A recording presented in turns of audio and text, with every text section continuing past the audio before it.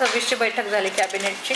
त्याच्यामध्ये महाराष्ट्र शासनाने पुण्यश्लोक अहिल्यादेवी होळकर शेतकरी कर्जमुक्ती योजना 2026 ही लागू करण्याचा निर्णय घेतलेला आहे।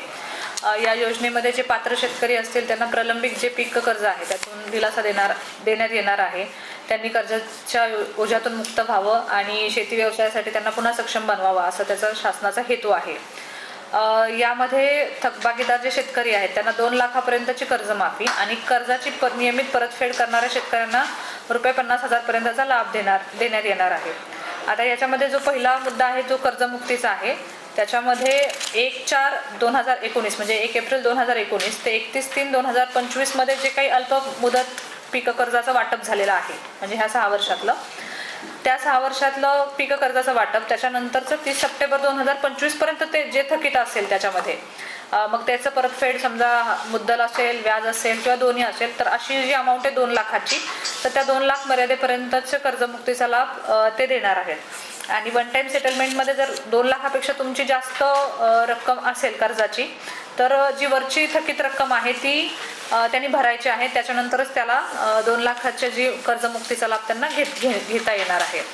आता जो दुसरा जो मुद्दा आहे प्रोत्साहनपर लाभाचा, त्याच्यामध्ये 22-23, 23-24 आणि 24-25 ह्या 3 आर्थिक वर्षांची गोष्ट आहे। आणि यापैकी कुठल्याही 2 आर्थिक वर्षात पीक कर्जाची उचल करून त्यांनी कर्जाची परतफेड व्यवस्थित केली असेल तर त्याला प्रति शेतकरी 50,000 इतका प्रोत्साहनपर लाभ देण्यात येणार आहे।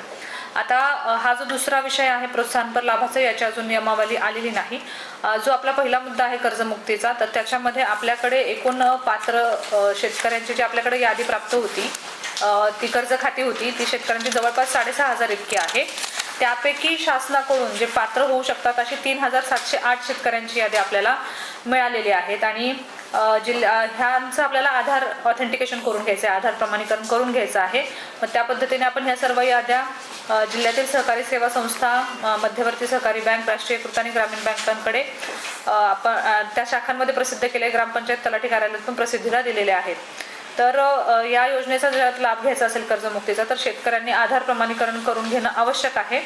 आणि आधार प्रमाणीकरणासाठी तसंच ॲग्रिस्टॅक आणि फार्मर आय डी अनिवार्य आहे। तर ज्यांचं ॲग्रिस्टॅक फार्मर आय डी नाही त्यांनी ॲग्रिस्टॅक पोर्टलवरती नोंदणी करणं आवश्यक आहे। तर आपल्याकडं आता हे जे 3,708 आहेत यापैकी काही लोकांचं फार्मर आय डी नाही, तर आम्ही सर्व तहसीलला पण ही लिस्ट दिलेली आहे। इकडे किती साधारण 1500 हां 1500 नाही, फार्मर आय डीवाला 1200 किती कमी झालं त्याचे अजून 700 तर जेवढे फार्मर आय डी पेंडिंग आहेत ज्यांचे राहिलेले, तर त्यांना आम्ही काढण्यासाठी प्रोत्साहित करतोय। त्या पद्धतीने तहसीलला पण आम्ही याद्या दिलेल्या आहेत। तहसीलदारांवरती पण ही जबाबदारी सोपवली की जे काही इथे पात्र होऊ शकतात कर्जमुक्तीसाठी, ज्यांचे फार्मर आय डी नाही तर त्यांचे फार्मर आय डी त्यांचे करून घ्यावेत। मागच्या 2-3 दिवसापूर्वी जवळपास 1200चा आकडा होता, तो आता कमी करता मी 700 वरती ती पेंडन्सी आहे। तर जे शेतकऱ्यांचं आधार प्रमाणीकरणासाठी ते याद्यांमध्ये त्यांचं नाव आहे, म्हणजे ते पात्र कर्जमुक्तीला पात्र होऊ शकतात, परंतु फार्मर आय डी नसेल तर त्यांनी फार्मर आय डी काढून घ्यावा असं आम्ही आवाहन करत आहोत। आणि जे आधार प्रमाणीकरण आहे म्हणजे 3,708 कर्ज खाती जे आहेत, त्यापैकी 2145चं आधार ऑथेंटिकेशन झाले, 1563चं पण राहिलेलं आहे, त्यांना देखील आम्ही आवाहन करतो की त्यांनी करून घ्यायचं आहे। आता ह्या कर्जमाफीच्या अनुषंगाने जर काही तक्रारी असतील तर त्या तक्रारींचं निवारण करण्यासाठी जिल्ह्याच्या स्तरावरती जिल्हास्तरीय समिती जी माझ्या अध्यक्षतेखाली असेल आणि तहसीलदारांच्या अध्यक्षतेखाली तालुकास्तरीय समिती आम्हाला गठीत करायचं सांगितलेलं आहे। मग आधार ऑथेंटिकेशनच्या बद्दलचे विषय असेल किंवा ॲग्रिस्टॅक फार्मर आय डीचे विषय असेल तर अशा तक्रारी त्यांना त्या समित्यांकडे दाखल करता येतील असं शासनाने आपल्याला स्पष्ट केलेलं आहे।